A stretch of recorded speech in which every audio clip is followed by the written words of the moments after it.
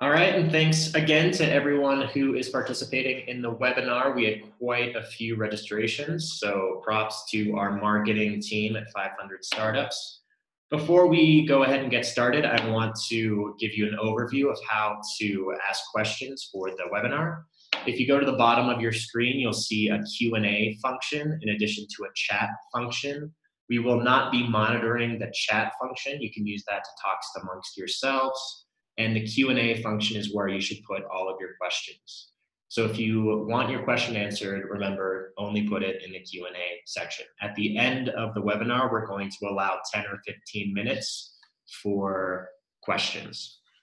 And additionally, before we get started, I want to do one plug for our bootcamp for accelerator managers. This is very pertinent to the webinar we're about to hear. And this program is based in San Francisco. It's from October 22nd to 26th. We're going to get into how to successfully run an accelerator. This is for existing managers or for those folks that have just started an accelerator. We're going to get into how to find the best startups, how to successfully make money as an accelerator, how to market yourself, and how to basically run the best possible accelerator any part of the world. So we're looking for a very diverse and international group to participate in this as well. The website where you could find more information is education.500.co/accelerator. And you can also find the application link in there as well. And now we're gonna go ahead and pass it off to Santiago. He's here to talk a little bit about building accelerators in emerging markets. Santiago is a partner at 500 Startups in Latin America, specifically Mexico City, where he's based. He's made 130 plus investments as part of the 500 family and is an expert in product development. Additionally, he's the founder of Mexican.vc, Super Happy Dev House Mexico City, Startup Weekend Mexico City, and is co-curator of Startup Digest SV. And with that, I'm going to pass it off to Santiago, and we'll go ahead and get started. Hey, Patrick, thank you very much for having me, and hello to everyone who's listening. Hello to Guadalajara, Israel, Colombia, and any other place that you're hearing this. As Patrick mentioned, I've been doing different things around the entrepreneurship scene here in Spanish-speaking Latin America, based in Mexico for the last 7 or 8 years. So it's going to be great to give you a little bit of insight about what we have learned through all these years. So very first, I just want to start up with a little bit about myself and how we got started. And then after that, we're gonna talk a little bit about the current state of the accelerator here in Mexico and some of the results that we've had. I'm gonna share some lessons learned, and then we'll switch into a Q&A. So please do think about any interesting question that you might think. It might be part of what we're doing, or anything that I mentioned, or anything that I don't mention. If there's anything else on your mind you would like to know, I would absolutely love to answer those questions. So very quickly to get started, my background, I'm 32 at the moment. I've been doing this since I almost can't remember. So roughly around 2000, 2001, I started to learn how to develop software, to create websites and applications. And all through 2000 to 2010, I had been doing software development. I worked for startups in Mexico. I tried to do one and failed. I worked for a startup in the US. I went to college and did a mechanics and electronics degree. And through all of that, one thing that was really exciting, and I think I've seen this happening everywhere in the world, is that we started to build a community around ourselves of other interesting people that wanted to learn both software development and how to build businesses online. And in 2008, we started to actually give some form to that. So in 2008, we ended up starting to meet every 6 weeks here in Mexico City. After that, we started to invite people in other cities to do the same. And through 2008 to 2011, we were able to find a very big community here in Mexico, specifically in 16 different cities, where we met with a lot of people who were, saving a little bit of money to start their own companies. They were trying to find investors, angel investors who would help them get started.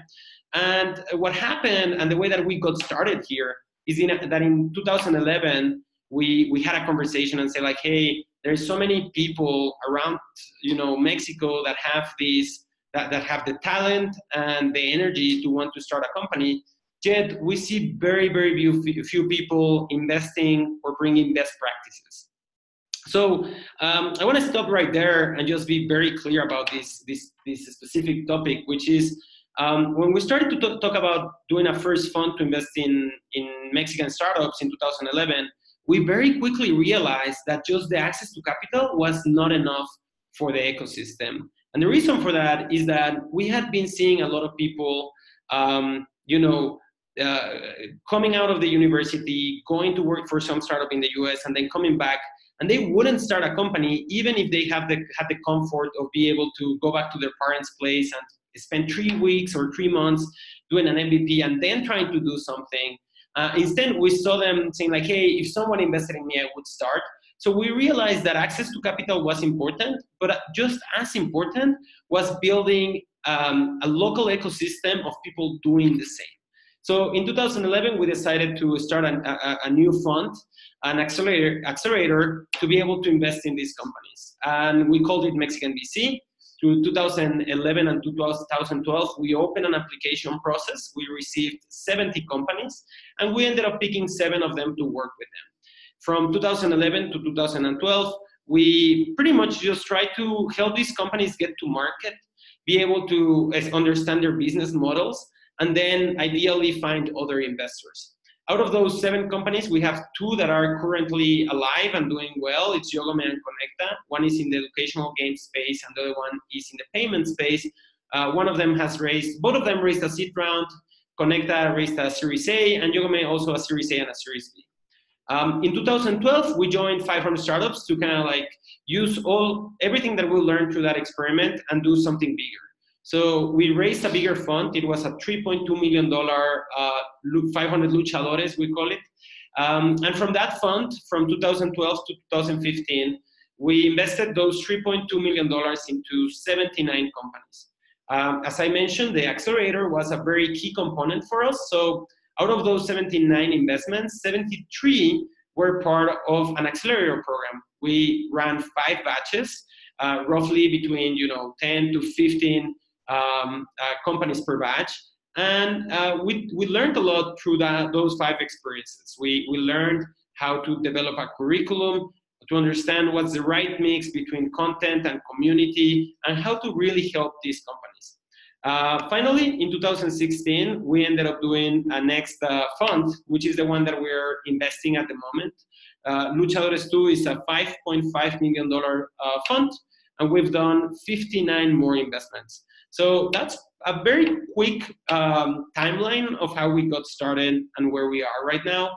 Something that is really important to mention is that when we joined 500 startups from 2012 to now, we changed the name, which was very important for us to not be tied with just Mexico. So we wanted to invest in everything that was in Spanish-speaking Latin America, and doing that was really important. So right now, I would say that half of our investments from Luchadores 1 and Luchadores 2 are from Mexico, but the other half is Argentina, Colombia, Chile, Peru, some companies from Spain that want to be here in Spanish-speaking Latin America. So obviously, I'll be more than happy to answer any question at the end that you might have about like how does it work investing in a region. Just to kind of summarize the results that we've had. So we've been doing this for roughly 8 years now. We have reviewed closely to 6,000 companies to get to the 150 that we have invested. And we have deployed $10 million into this portfolio. The results of that is that right now, if we look at the sales that this portfolio had last year, they had an aggregate sales of $200 million just in 2017. Obviously, it's hard to compare different business models, so we try to just count what would be usually referred to revenue. not GMV, because we have some payments companies, and if we did, that number would be way higher, but it's very artificial. And another metric that I always like to think about is how much money this portfolio has raised after us. And obviously, this is very concentrated on the top performing companies, but they've been able to raise $300 million after us, which we think is a very interesting number, going from 10 million in this early stage to 300 million in some of the later stage of downstream investment. And with this, what I really want to say and just like put it there on the context of what we have done and talk about the results is that we have been able, luckily enough, with a lot of hard work from us, from the entrepreneurs and the ecosystem, to build a portfolio that is well, it has an interesting cash flow. It's growing, reinvesting this same cash flow. Most of these business models, I would say, are very healthy. And they have also been able to raise external capital to be able to grow faster and be able to do the investments that they need to do to get to a later stage. Looking a little bit about what we've done, and I take Luchadores one because it's the first portfolio that is big enough, that has a geographic differentiation, diversification, and of course it has enough maturity for us to talk a little bit about where we are. We started with 79 investments. We have 38 of them that are active, and I would say that roughly half of them are in a really good position. So with that, you can get an idea a little bit of how this diversification approach works. We obviously take companies really early on. We try to bring a lot of resources to the companies, but we're always going to have companies that they don't get to product market fit, or they don't execute fast enough and they run out of money. So this is a portfolio that, as I mentioned, we started investing in 2012. We ended up investing in 2015. So it's roughly 6 years old, the oldest investment. So being able to talk about, hey, we have roughly half of the portfolio that is active and 25% that is in a really good position makes us feel really, really excited. It also makes sense to talk a little bit about the industries, as you will. Obviously, when you're talking about emerging markets and you start to think about deal flow and opportunities, I would say that most of these companies are targeting a local market, either regional or just one country, even some of them just one city. And Mexico City is a big enough market to start really like a big company. You can see we have a lot of companies in the SMB solutions. There's a lot of gaps where there's very few tools for the small and medium businesses in Latin America to grow and be more efficient. Fintech has been one of the spaces where we've seen really good companies. So we have 2 companies on payments, Conecta and Clip, Confio on loans, crowdfunder in a crowdfunding kind of role, and then Rocket is originating new clients for banks, helping clients compare financial products. So, and then obviously we have some other industries like education, like e-commerce, tourism, logistics and transportation. And with this, I guess, I hope to just give you an idea of how our role has been to build a lot of deal flow, identify opportunities, and then be able to build a very diverse portfolio. So just very quickly talking about some of the top performers, or specifically, I would say the top performer. We have a bunch of companies from this portfolio that have raised a Series C round. We have some that have raised a Series A, a few that have raised a Series B. But right now, I would say that the number one company in that portfolio would be Confio, which recently announced their Series C, which was an $85 million, 25 in equity, and then the rest in debt. So this is a company that is doing loans locally using a lot of technology. It's a great team, it's growing. And this is exactly the kind of companies that we're trying to help get started, right? For us, having the opportunity to work with companies like Confio and then be able to see them grow to 100, 200 people, finding really good opportunities and then just using a lot of technology to go and grow in that space is definitely what we're trying to do. We've been very lucky to see in these kind of companies to find some amazing co-investors that have led the way in their Series A, B, and C, and obviously also in the seed round. From people like Howard Ventures to the IFC to some regional players like CASEC, and ultimately, obviously, international people like Victoria Park and Bostock Emerging finance, which you can see it's a very interesting mix of local investors and then regional investors and then global investors. And that's something that we expect to see a lot. As you imagine, in the emerging market, there's very few downstream investors, specifically for some stages or some industries. But you obviously need the local support at the beginning. So this is just a very clear trend that we generally see, where the early on, the more you need the local investors, and then the more you grow, you can start to access some international investors. So now here, I just want to kind of switch a little bit to where we are right now. And we're going to talk about our selection process and what the accelerator is really about. I kind of broke it down in what happens before the accelerator, and I'll give you some insight of how we do the selection process. And then we'll talk a little bit about what exactly the accelerator process is right now for the companies.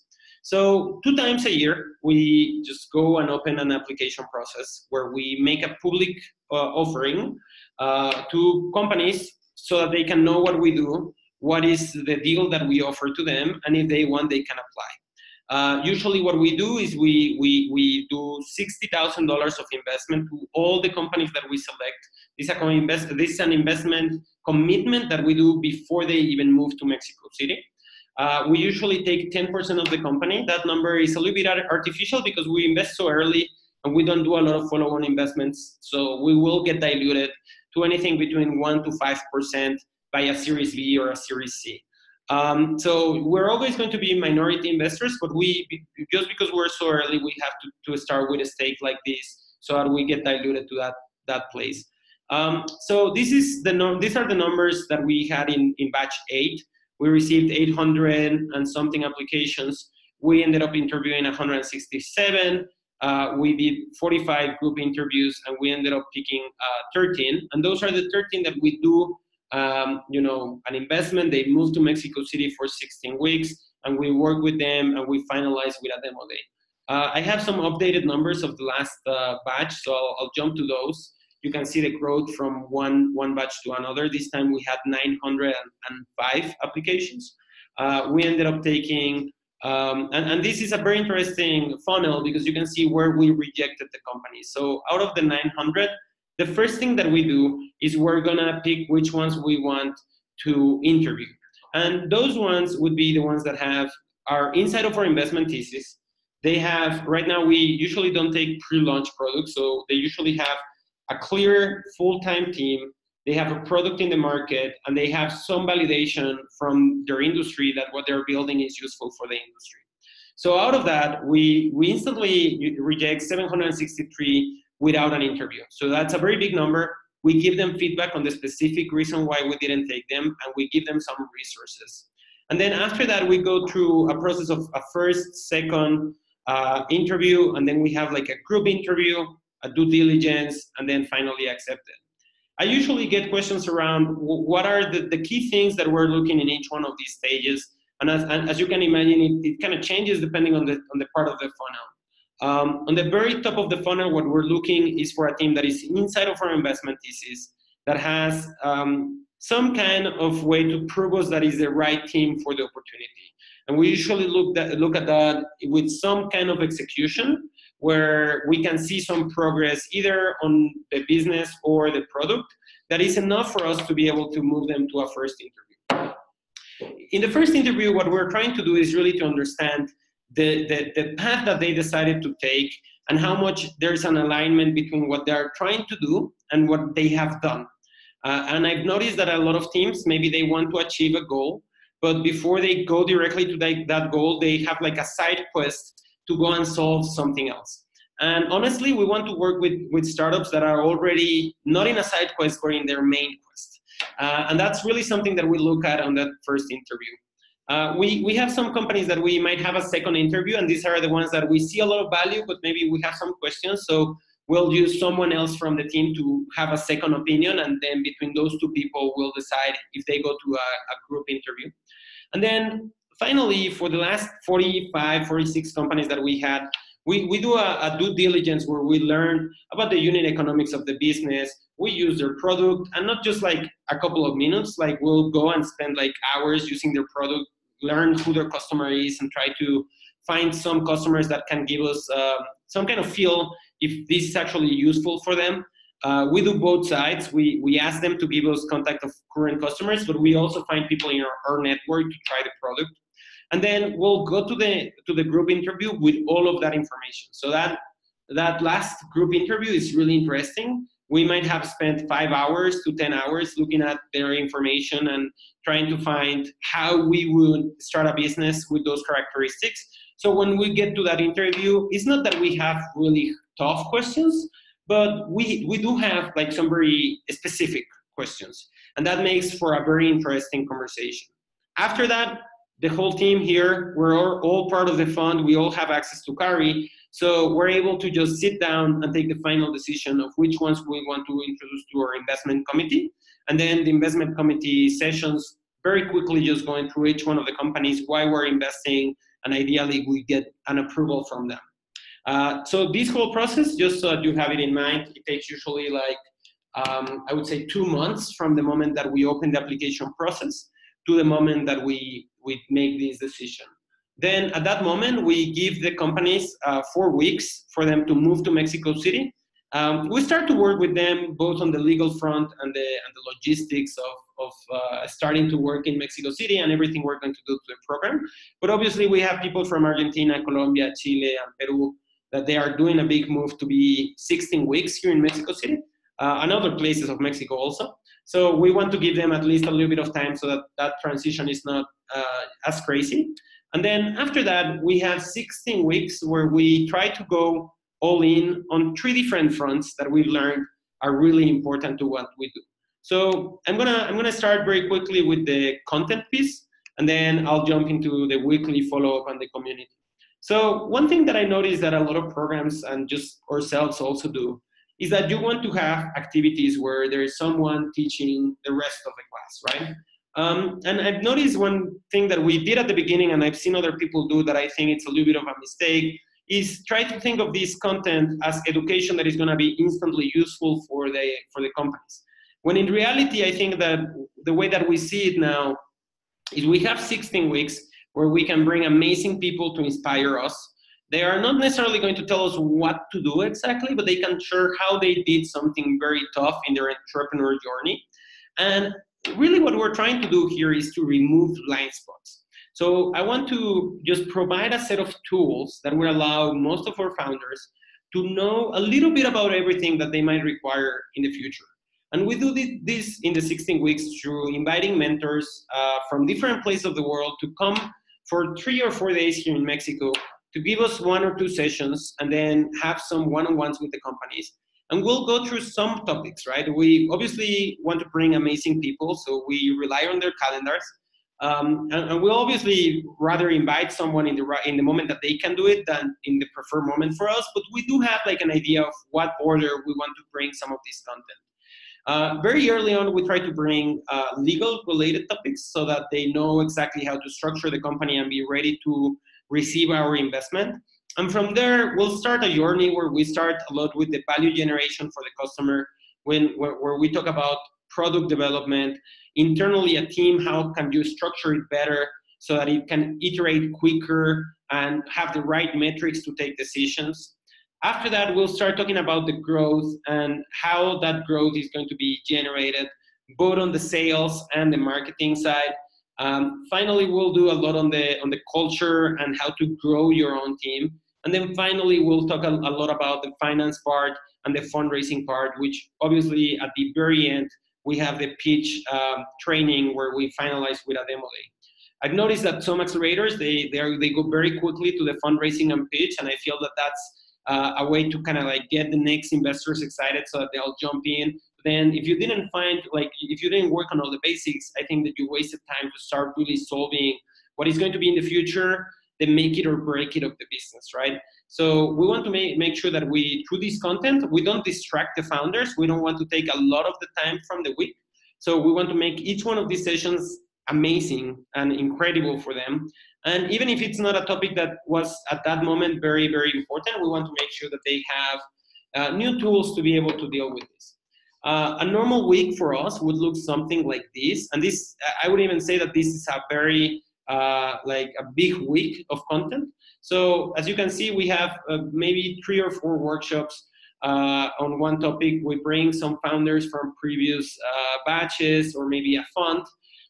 And with that, we have a very interesting balance week where we can obviously bring new tools, bring more connections with founders and funds. And also we have a batch meeting where everyone gets together. So that is the content piece. As I mentioned, I don't think this is the most valuable part of the accelerator. I think it's a nice way that we can like provide tools to remove blind spots that might be useful in the future. But the central part for me that really helps the companies get from point A to point B through these 16 weeks is these 2 very important points, the community and the weekly follow-up. We, having invested in over 150 companies, we've seen a lot of people do some processes really well, and we've learned from some others that didn't work out. So when we identify that a founder is going through a process and we can connect them very quickly with people who have already seen some of these challenges, we definitely see a very interesting value of just how that knowledge starts to be shared across the community. And we do a lot of efforts to make that happen. And then the other piece that is really important is that we ourselves have a weekly follow-up with each one of the companies that works a lot like a scrum master, if you will. It's like we'll say, hey, what did you do last week? What are you doing next week? And what's your biggest challenge? And this is very useful for many reasons. First of all, this allows us to have very deep conversations around the challenges of the business, but it also helps us to identify some of the challenges that they have, either in a human or team, that will allow them to be better. So I'll give you some examples. It's very common for us that a chunk of the batch, the first 2 or 3 weeks, they'll tell us the same thing each week. They pretty much were working on emerging challenges that they had that week, so turning fires off pretty much. And then they tell us that this week they want to be working on infrastructure, and then they'll give us whatever they feel is their biggest challenge. And if you take notes about that and you go to week 2 and you hear the same team, and you go to week 3 and you hear the same thing, suddenly you realize that they might not be being very efficient on having enough time and bandwidth to build the future of the company. And instead, they are just operating whatever is the most urgent. So we have a bunch of different ways to help them work on the important instead of the urgent. And through those kind of things, we really think that we take teams that have been trying to work on building a company and really give them the tools and the space to have the deep conversations and the space to build the company, which is not the same as just operating this small scale business that they have at that moment. So that's pretty much what I had just on the description of the accelerator. I'm gonna share with you some lessons that I wish someone had told me when we started, and then after that we'll switch into Q&A. So the very first lesson that I want to share is just around how do you start to build the deal flow that is going to be obviously your lifeline, because this is the set of companies, the set of companies that you're able to pick for them to come to your accelerator. And here, I think it's a very tough thing to measure, because if you are in an accelerator model, you only get 2 opportunities a year to open your doors and hope that great companies apply to you, right? I very rarely hear some of these programs having metrics or very structured ways to have more deal flow. And we've tried to do both of those things. The first one is just having metrics. So here you can see each one of these lines is for batch 5, 6, 7, 8, and 9. And this is every day that the application was open and how many aggregate applications we had for that batch. You can see there's growth between each one of the batches. The big gap in the middle between the yellow and the blue one is because we were raising our second fund, so there was more time.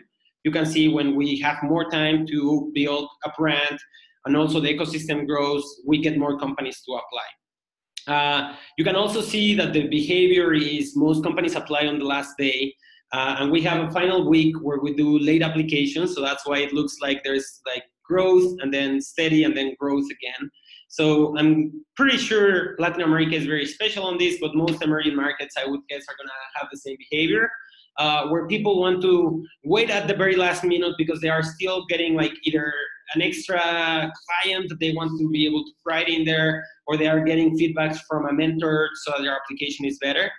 But what I really wanted to say with this is that we have mapped everything that we do for Dealflow. We have online videos, we have obviously content in our Twitter and Facebook.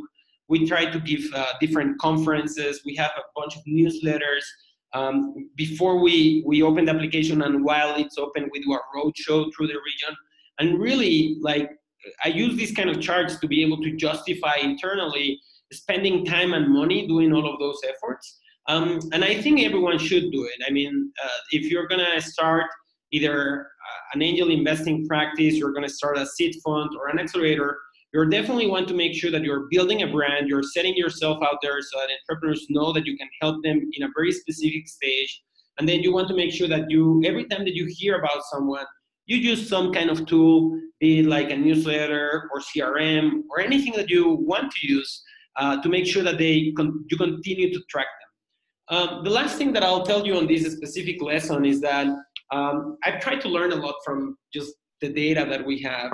So one question that I got like in a specific conference where I showed this graph was like, hey, does it really make sense to do the late application? Is there any correlation between like the good companies applying early or at a specific moment? So I honestly think there is no correlation. I think there's gonna be great companies that might hear about you the day before the deadline, as well as there might be some great companies that apply the last minute at midnight for whatever reason. So on the blue line, you can actually see the green dots, and those are the companies that we ended up picking from that batch. And you can see, I mean, it just behaves as you would expect. Half of the companies apply on the last day of the normal application. And then you can see the last dot on the up right part of the blue line. That was the last company that applied. So we ended up accepting the last company that applied in that application process. All right, let's jump into the second one. One thing that I noticed, especially in Latin America, where I spent a good chunk of time, is that there is a lot of efforts being invested into just building an entrepreneur ecosystem. There's a feeling from governments and academia that we need to be investing in startups. And there's a lot of people coming from other industries, where it be like banking or private equity, and they spend a lot of time analyzing business models and Excel finance. Like they want to invest in great companies that they look really well on paper and then help them in different ways. And one part that I think that is underserved, at least in our ecosystem, and I would venture to say that it might be very similar in other emerging markets, is the real spending time with the technology aspect of this. When you look at many of these huge companies that we've seen through the history just change and be able to use this high growth, they always had a component of being able to build really good technology systems, right? So you don't want to be investing and you don't want to be building an ecosystem that is going to put on the same stage a company that has a very clear technology innovation and a very simple, like small, medium business that just happens to be online.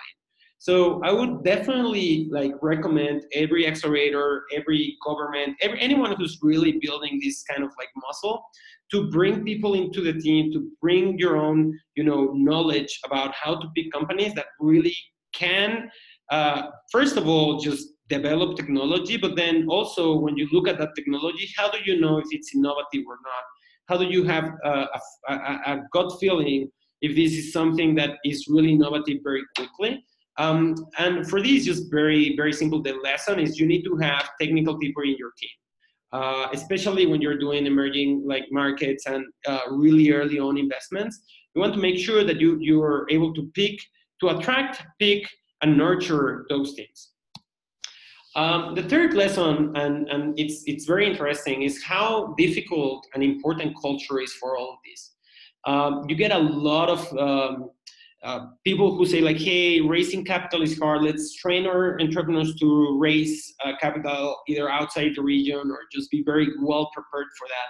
And then I noticed that a lot of our companies, sometimes when they finally raise that huge round they wanted to raise, be it seed or Series A or Series B, then they have a lot of trouble getting into a moment where they have a great team.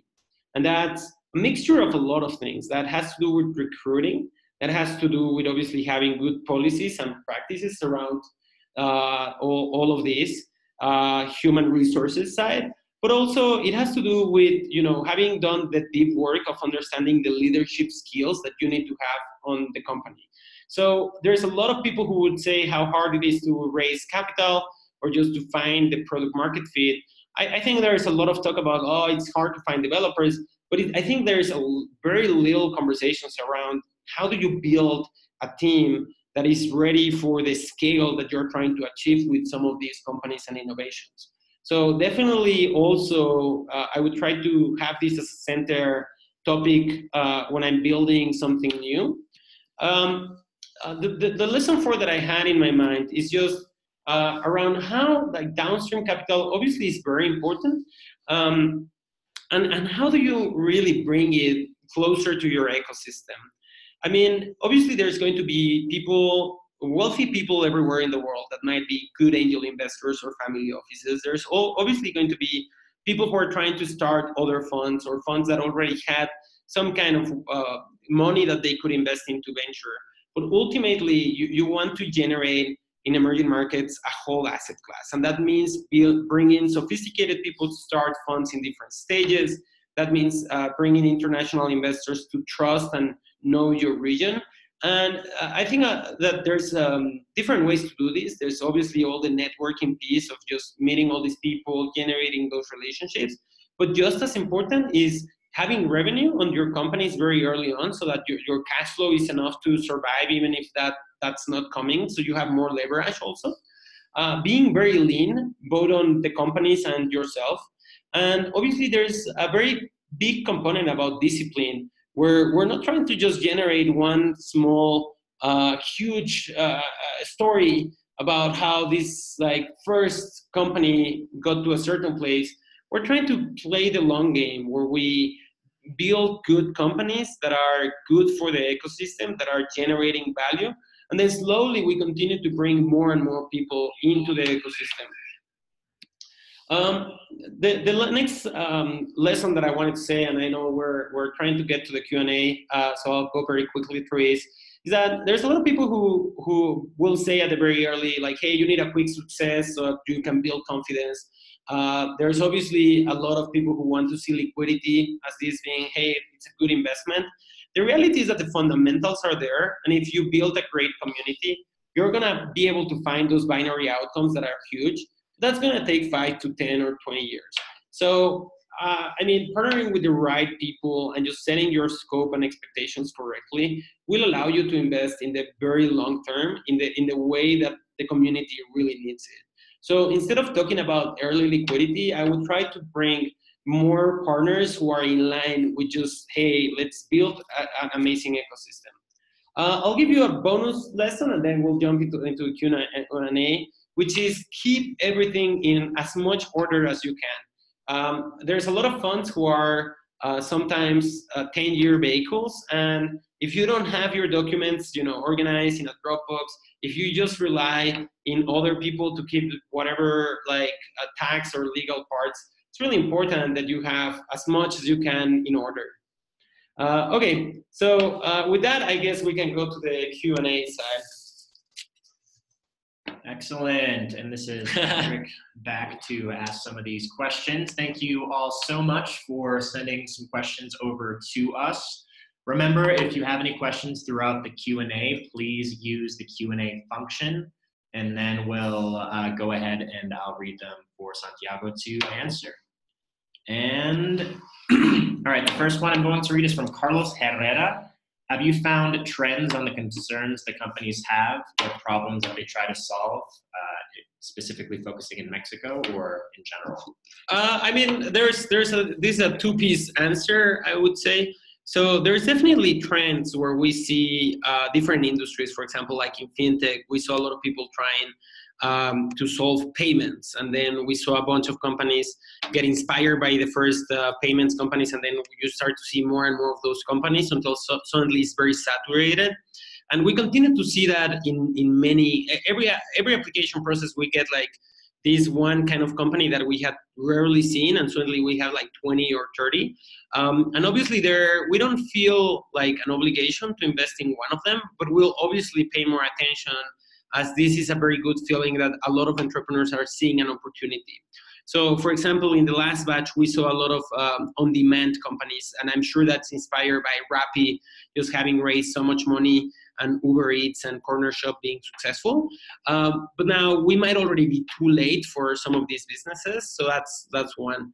On the other side, on trends of what the company's problems are and what we try to fix on the accelerator, I think we see a lot of teams that started just as a fun idea and then quickly turned into a hobby, and they saw the opportunity, so they took the decision to build it into a company.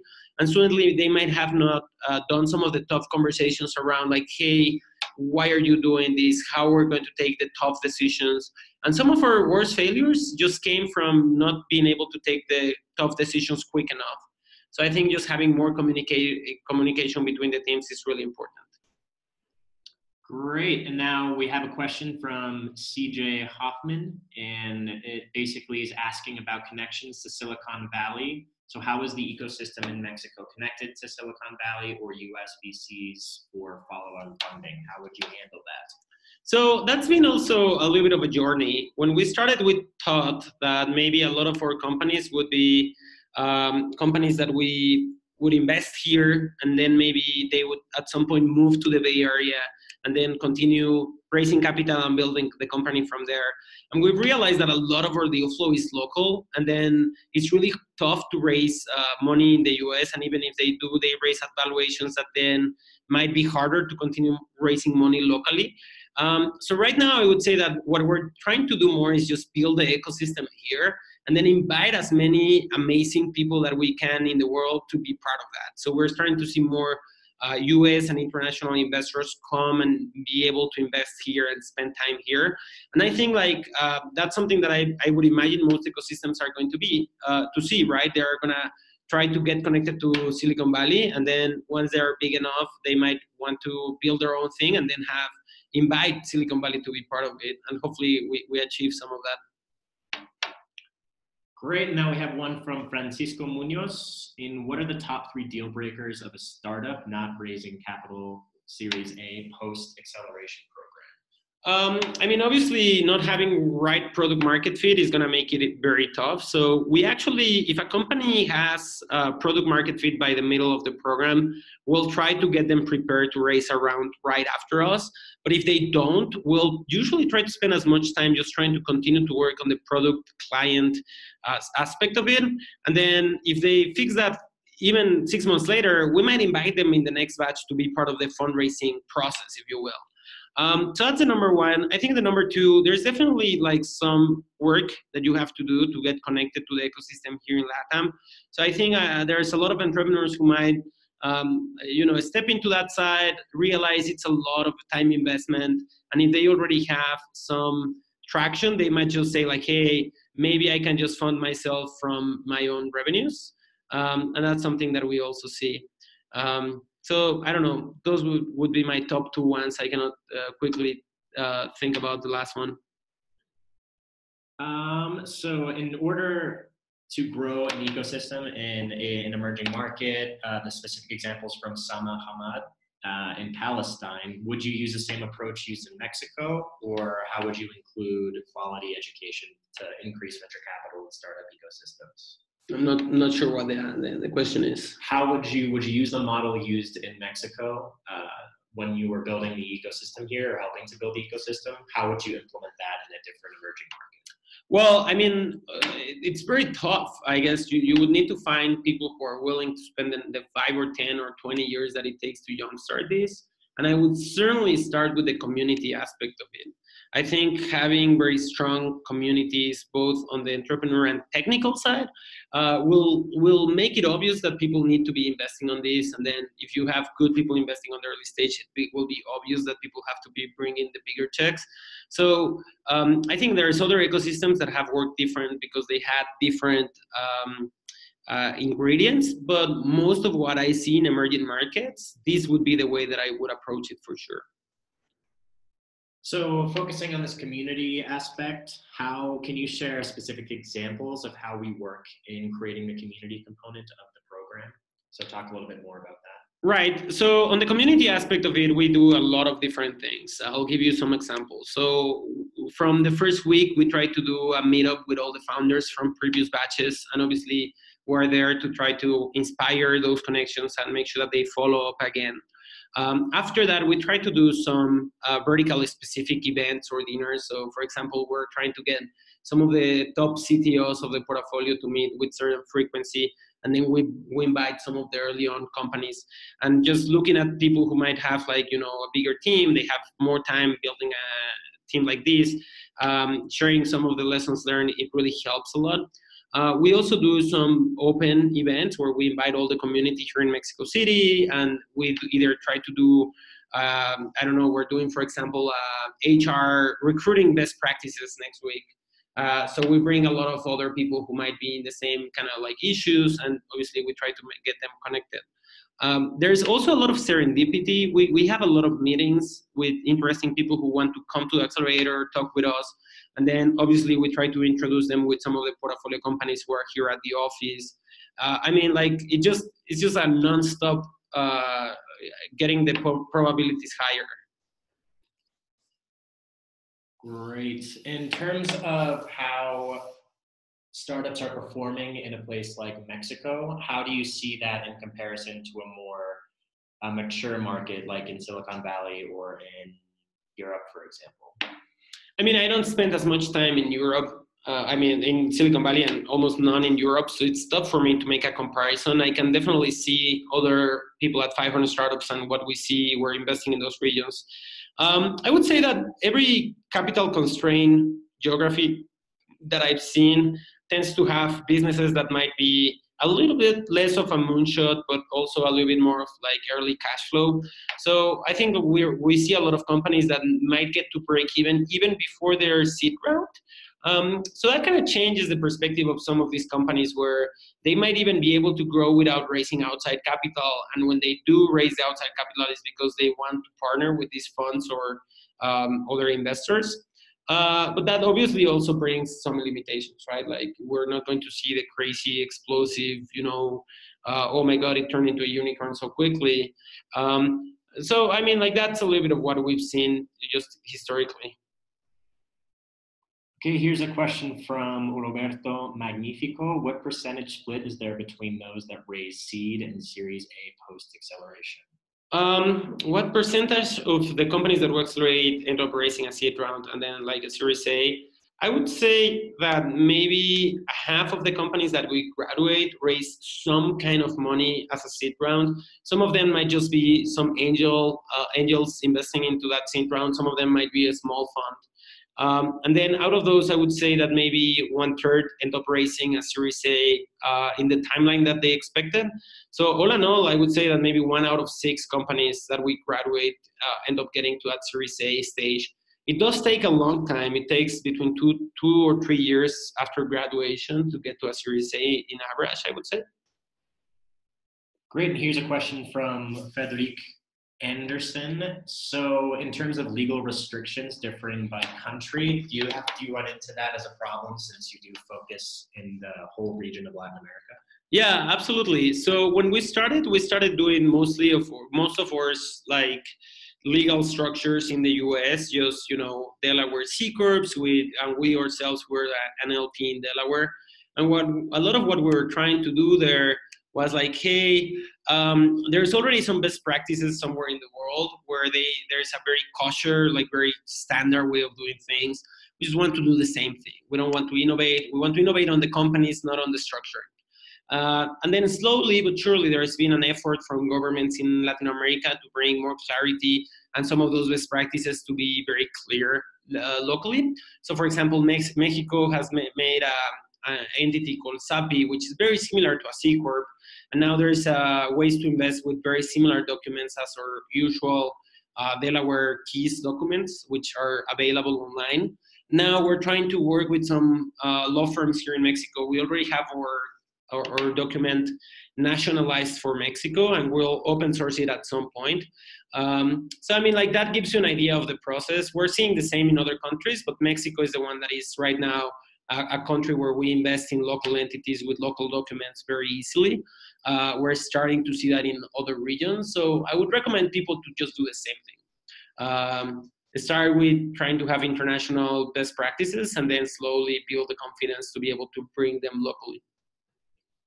Great. And here's a question from Daniel Block. I want to expand on the question a little bit more than what he asked. So he asks, are there too many incubators / accelerators in Mexico or not enough? So maybe you could answer that first, and then talk a little bit about how the evolution of the ecosystem has gone in Mexico. Was there an explosion of accelerators that just was inundated the entire ecosystem? And how did that work? Okay, so there's definitely a lot of incubators. There's a few accelerators.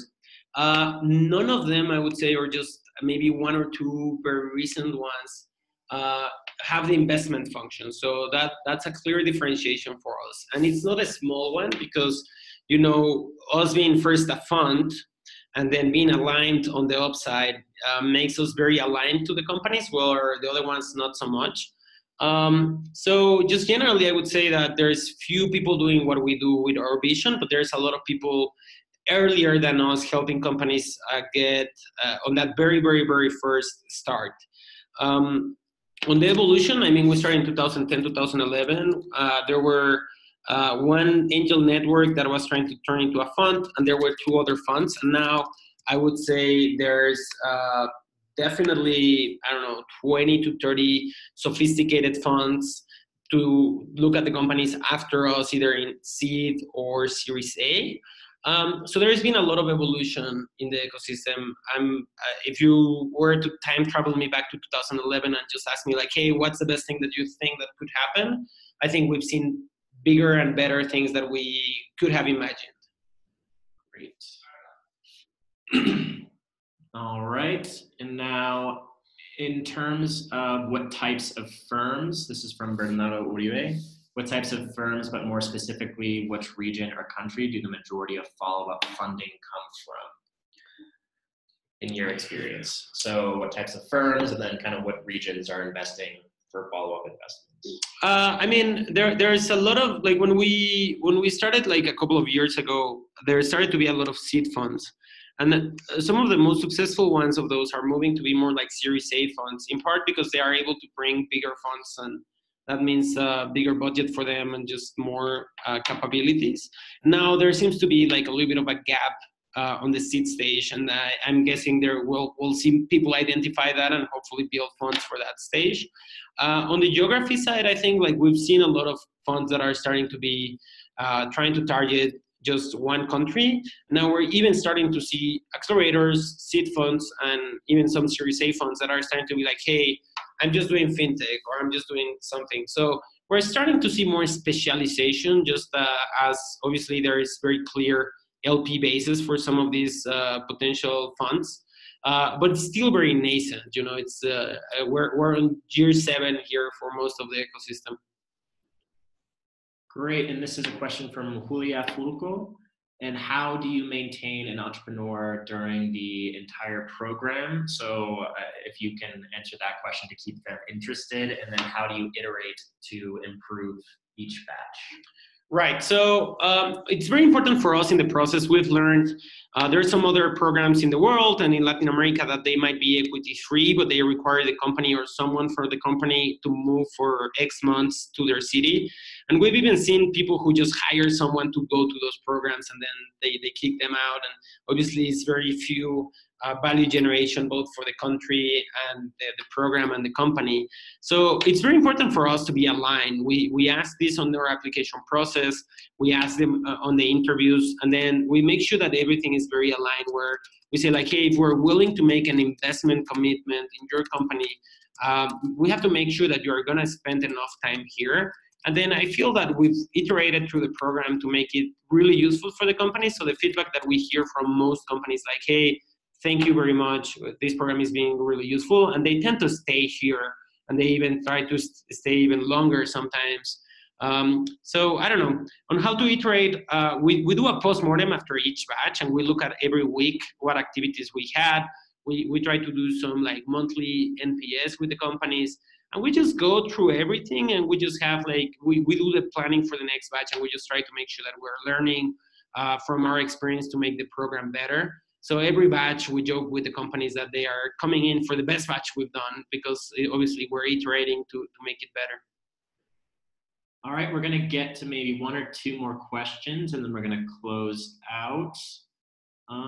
Here we go. Dun, dun, dun. So from your professional experience, this is from CJ Hoffman, from your professional experience, kind of what is the most challenging thing to jumpstart an innovation startup ecosystem besides the lack of capital outside of the US? Obviously, the lack of capital. I mean, people don't invest in things that they don't understand. So you have to become that bridge of making people understand, right? And so when you think about like what's going to be the hardest piece of it, is getting to the point where you're resilient enough to and have track record enough to continue to operate without having to constantly go and be that that function of explaining why this is important. I think that the second one, after lack of capital, would definitely be the technical aspect that I mentioned, where you really want to partner with teams that are building real technology innovation and not just a very efficient small medium business online, because those ones, it's very hard to have the growth that you're looking for. So this is maybe we'll get to two more questions. Anna Almagro. So do you see opportunity for Latin American integration in terms of entrepreneurship? So kind of more regional expansion is a true source of growth. So more integration will strengthen the region as a whole. I think yes, just generally, and I think like there's even funds like Angel Ventures that are looking at that as part of their strategy, where like the Alianza del Pacífico, the Pacific Alliance.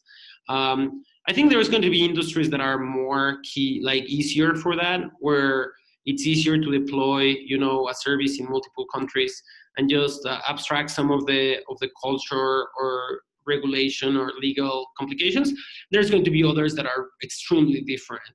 So I wouldn't base that as my whole strategy, just given we're a very diverse fund, diversified portfolio also. So, but we do see it in some industries. Great. And then kind of an operational question. What does the organization chart look like for 500 startups, or I guess specifically in Mexico City? And how did you finally decide on this method of management? Sure. So we have 7 people doing everything that we just talked about. We have one person like leading operations, and he has another person in their team. That's Rene and Mafer. And obviously, they do a really good job at making all the events, the office, everything we do with mentors, all the activities that we do, and they're just amazing at that. And then we have one person looking at partnerships, Zamaris, her whole role is to bring resources from the ecosystem to support the incubator and the accelerator. And then the rest of us, we're working on the key functions of what we do, right? Which is obviously generating deal flow, working with the companies, and the investment relationship part. So all in all, we have these 7 people just working, 5 of us very directly with the companies, 2 more on the operations and partnership side. And that's just basically it. It's a very small organization, so it's very flat. We all participate in all of our meetings. We take decisions as a group, and we have a lot of fun doing it. Great. Well, that's about all the time we have for questions. Before we go, I want to remind everyone about our Bootcamp for Accelerator Managers program.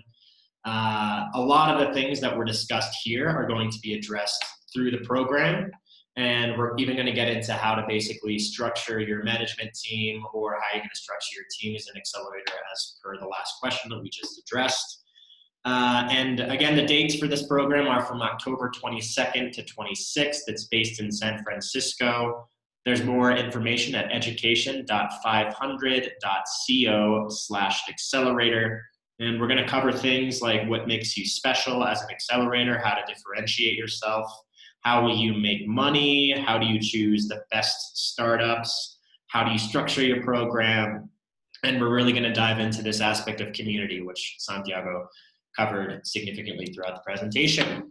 And if you have any questions and you need to reach somebody by email, we are open to answering anything you have at vcunlocked@500startups.com. Again, that's vcunlocked@500startups.com. And Santiago, any departing words of wisdom? No, thank you very much for the invitation to share this. Obviously, I'm always available for any other question that might have been unanswered. My email is santiago@500startups.com, and I'm always available to have a chat or just a conversation through the email, whatever you want. We'll be right there, santiago@500startups.com. All right, thank you, everyone. And that is it.